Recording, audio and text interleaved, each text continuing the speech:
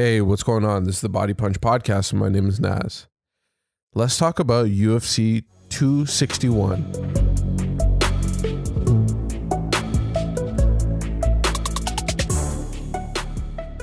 Ever since the beginning of COVID, we've been asking ourselves the question, when are fans going to be reintroduced to the UFC and other MMA organizations?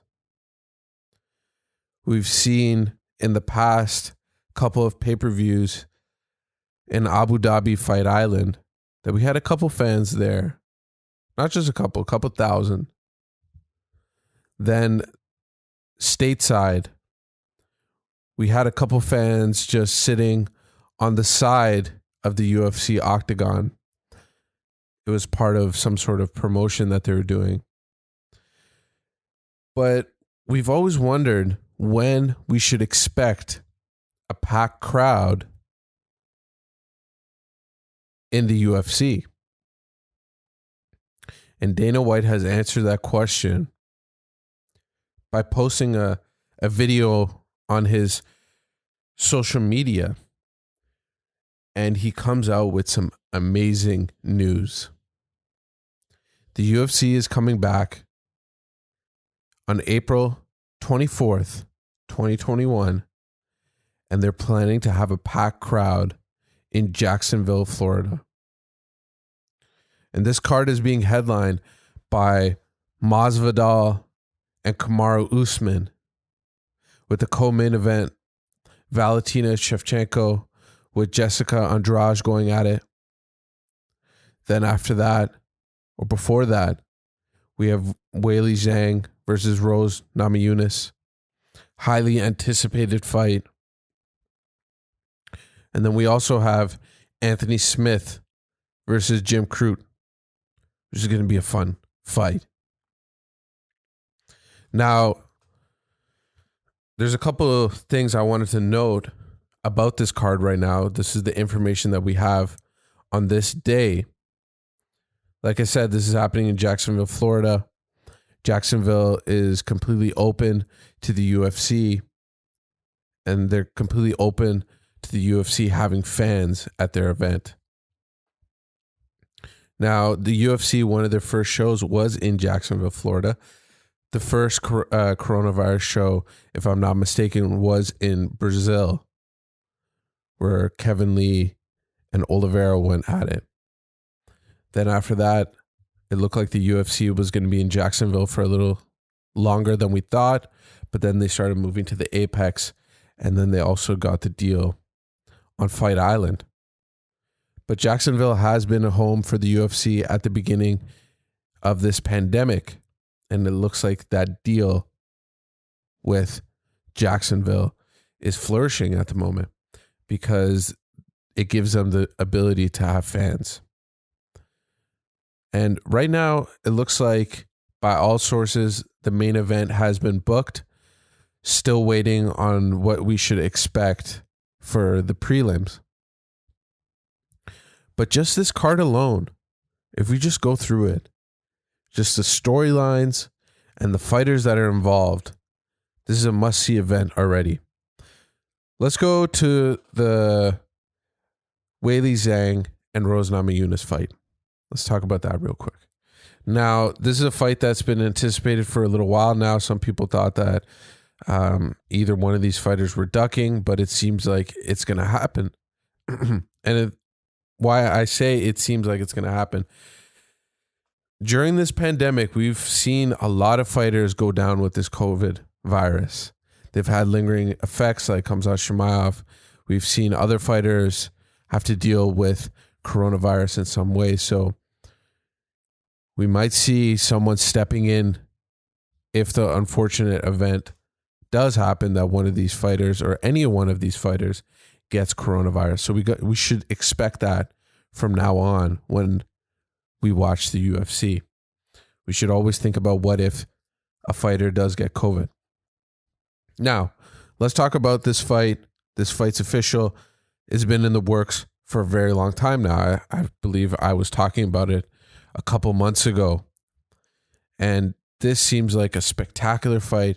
The number one contender versus the champion, Weili Zhang. Rose Namajunas being a champion at one point in her career. You know, defeating Joanna Jędrzejczyk. That was an amazing, amazing fight. And a lot of people wrote off Rose Namajunas in that fight. And if we just look at that, look at her career in the past, you know, she fought Jéssica Andrade, who is now fighting Valentina Shevchenko. She lost the first time that they fought, and that was with that KO slam. I remember that KO slam that she got Jéssica Andrade. That was brutal. Some people thought it was as brutal as the Rampage Jackson slam that he had over in Japan. Some people even thought that it was an illegal throw. But that fight ended in that way. She came back, had an immediate rematch with Jéssica Andrade. And she beat her with in a split decision win. That was a big test of her mental fortitude in that. And before that, I think it was even crazier because she beat Joanna Jędrzejczyk. At the time, I was thinking that Joanna Jędrzejczyk, she might still be up there, but in my opinion, she was one of the best strikers, man or woman. And I'm going to say that again, one of the best strikers, man or woman. At the time, Joanna Jędrzejczyk was like that. And Rose Namajunas went in there in their first fight as an underdog. Joanna was using her famous tactics to get into other fighters' head. And Rose was able to defeat her twice. One with TKO punches, which was unexpected because at the beginning of that fight, she was piecing Joanna up on the feet. And then the second fight was a unanimous decision win for Rose Namajunas. So, I mean, that was a crazy fight. Rose is up for it. If we look at Weili Zhang, we cannot underestimate her. This is why this fight and this whole fight card is so interesting, because if you look at Weili Zhang, she's been just murdering everybody, if you will. And she's only had one loss. 10 of her wins have been by KO. She is an exciting fighter. And she is someone that, I mean, you could see it in the Joanna fight that she had. It's going to take a lot to take that belt away from her. She's ready. She's willing. And just by the list of people that she's gone through, Joanna, Jéssica Andrade, Tisha Torres, Jessica Aguilera, I mean, all of these fighters, you keep on going down this list. They have all tried and they have all failed. And it's hard to see how you could beat Weili Zhang because she's so versatile in there. She's able to use her wrestling. She's able to strike with the best. Joanna, being one of the best strikers, she was able to strike with her. She was able to stay on the feet with her. Went all 5 rounds. Both of them looked like they went through a blender or something. Joanna had that giant hematoma on her head. Zhang looked, she looked bad as well, and she was able to go through that fight. She was able to go through and get the decision win. So this is going to be a fun fight. 2 people that are going to go at it. I have, you say it all the time. I've said it on this podcast before that the fight's going to be exciting, and it ends up not being exciting. But this one right here, I mean, you got these 2 fighters, and then let's go to the next fight right after that. Valentina Shevchenko versus Jéssica Andrade. Jéssica Andrade being almost the tank that she is, KOing Rose Namajunas that we were talking about before. But she's got a tough task ahead of her. Valentina Shevchenko, some people are talking about her being almost unbeatable. Like the only tough task that she's had is with Amanda Nunes, who people are now, and myself included, are calling the greatest women's fighter of all time. So let's just go through Jéssica Andrade's career right here. Her last win was against Caitlin Chikagian. That was her last fight as well. She ended that with body punches, TKO finish. She lost to Rose Namajunas. She lost to Weili Zhang. But before that, she did get the win over Rose Namajunas, and that was by that KO slam that we were talking about. So she's fought champions before. We can see it in her past, and you go through the list of people that she's fought, and it's just incredible. Karolina Kowalkiewicz, Tisha Torres again, Claudia Gadelha, Joanna Jędrzejczyk. You just go through her list and you forget about the type of competition that Jéssica Andrade has been against. So she's up for the challenge. I don't think she's going to be one of those fighters that goes in there and is scared of the moment, because I think that's what you got to be most worried about when facing Valentina Shevchenko is, are you scared of the moment? And it's, you got to be a little bit scared, because let's just go through Valentina Shevchenko's career right here. She's she's just done some incredible stuff. Jennifer Maia, Kayla Chikagian, Jessica Ai, Joanna Jędrzejczyk, and her last loss was against the greatest women's fighter of all time, like we were talking about before, which was the split decision loss that she had against Amanda Nunes. Now, that fight was kind of somewhat, it was somewhat, I would say, some people are saying that she could have turned on in the last couple of rounds. I mean, it was a very close fight. Some people saw it in one way or another, so it was a highly disputed fight. But the first time that she fought Amanda Nunes, some people said if that was a 5-round fight, that she might have won that. She was getting the engine started, if you will, in that fight. But Valentina Shevchenko has faced the best of the best and has looked incredible. Again, another well-rounded fighter. It seems like the fighters that are doing the best in the women's divisions are these well-rounded fighters that can do it all. It's not these specialists that we see sometimes in the men's division. So let's talk about this main event, the one that we're all here to watch. I mean, this is a rematch of a fight that was, if you will, it was really one-sided. Kamaru Usman really took it to Jorge Masvidal, and Masvidal, it has the built-in excuse at that time that it was a short notice fight. I've talked about it verbatim now, that it was such an exciting time for the UFC. You had Masvidal flying across the world on a short notice fight, stopping in Greece or wherever he did to get a slice of pizza, and to fly to Fight Island and take on the dominant champion, Kamaru Usman, was just incredible. It was great theater at the moment. But now we get to see what it's like when Masvidal knows that he's going to fight Kamaru Usman.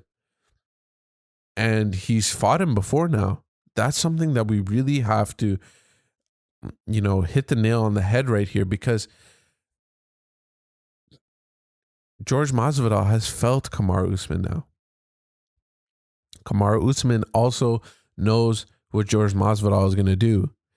And another thing that I would like to bring up is that Kamaru Usman is now going to have a couple of fights under the tutelage of Trevor Whitman, one of the smartest coaches in the UFC and in MMA in general. He's one of those guys that you see it on the broadcast sometimes. When he comes in and you see it with Justin Gaethje. You see how Trevor Whitman has brought his philosophies and kind of put it in the mind of Justin Gaethje. So that's going to be interesting as well. So I think it's been like maybe 3 fights now. And obviously they're training all the time together. But that's going to be an interesting development to see how Kamaru Usman has evolved. Because at the time when Kamaru Usman first fought Masvidal, it was short notice because he was supposed to originally fight Gilbert Burns. Now, Gilbert Burns had to pull out. I believe it was due to COVID. And he had switched camps because Gilbert Burns was one of his old training partners.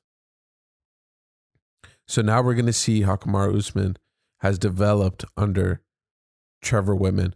Let's just go through Masvidal's past fights. So obviously his last fight was with the champion Kamaru Usman. It ended in a unanimous decision. I mean, that fight was a clinch battle. Kamaru Usman really took it to Jorge Masvidal, didn't let him load up on any of his punches. We saw a couple times. Maybe Masvidal could have thrown a couple devastating punches and whatnot, but we didn't see much of that. The fight before that, it was a TKO, unfortunate event. Nate Diaz, it was for the BMF title. Nate Diaz lost that one, but it was due to a doctor stoppage. We know that both of the Diaz brothers, they really, man, you hit them a little bit and they start bleeding. It's fun to watch, but unfortunately, that one was a tough one for both fighters, especially because Nate Diaz can kind of say to Masvidal, hey, it was a doctor stoppage. You didn't actually beat me. Then before that fight, we saw the infamous flying knee KO against Ben Askren. I mean, that just cemented and just shot Masvidal into the stratosphere. And everybody was talking about him. It was all over social media. And it was a great time in Masvidal's career. Before that, we saw the infamous... There's a lot of infamous stuff in Masvidal's career. And this is why we love this guy. But before that, we saw the KO punch. It was kind of like a running KO punch that Masvidal had against Darren Till. That was a fun fight. And then the after fight antics that happened against Leon Edwards. I mean, I was rewatching that whole thing from start to finish. There was a couple of videos out there. The one interview with Laura Sanko, and then we saw what happened after that. And then the interview with Brett Okamoto, and then we saw the interview with Ariel Helwani. I rewatched all of that. That was, man, that was a fun time. And maybe sometime after this, we could see that Leon Edwards versus Masvidal fight.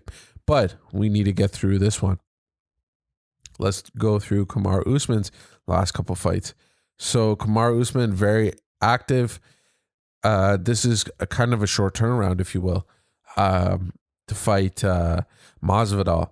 His last fight was against Gilbert Burns. That was on February 13th, 2021. That ended with TKO punches. I mean, that was for the first 2 rounds, maybe even the third, that fight was highly competitive. That was a highly competitive fight. You could see that at one point, Kamaru Usman didn't want to go to the ground with Gilbert Burns, but on the feet, it was very competitive. Before that fight, we saw him face Masvidal. That one ended in a unanimous decision, like I talked about. Then the grudge match between Colby Covington and Kamaru Usman happened. That one ended in TKO punches. Colby Covington had to get his jaw wired shut. Then before that, we saw him get the belt against Tyron Woodley. That was a time for me that we knew that Kamaru Usman, to make Tyron Woodley look like that in a title fight, that's how we knew we had someone special. And this guy's been on a tear. He's only had one loss in quite some time now. He's just, if you go through his record, like he beat Leon Edwards, he beat Damian Maia, RDA, like I said, Tyron Woodley, Colby Covington, George Masvidal, Gilbert Burns, murderer's row in that division. So that's why I'm so excited for this fight. I mean, could you say there's someone more deserving, or could you say that there was, I don't know, someone else that could have fought? Maybe. But now we get to finish up this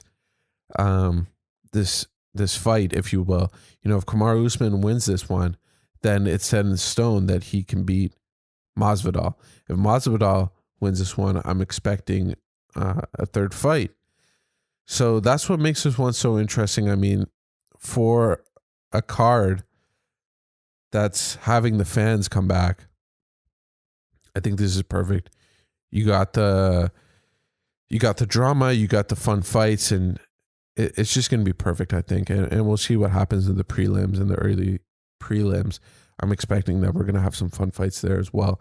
But that's my overall kind of very early review of this card, if you will. And we're going to talk about it some more.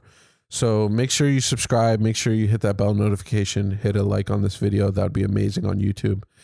If you're listening to it on the different podcast platforms, that's amazing as well. Please leave a review, 5 stars, all that good stuff. It always helps. And yeah, thank you for listening to this podcast. My name is Naz. This has been the Body Punch Podcast. Bye.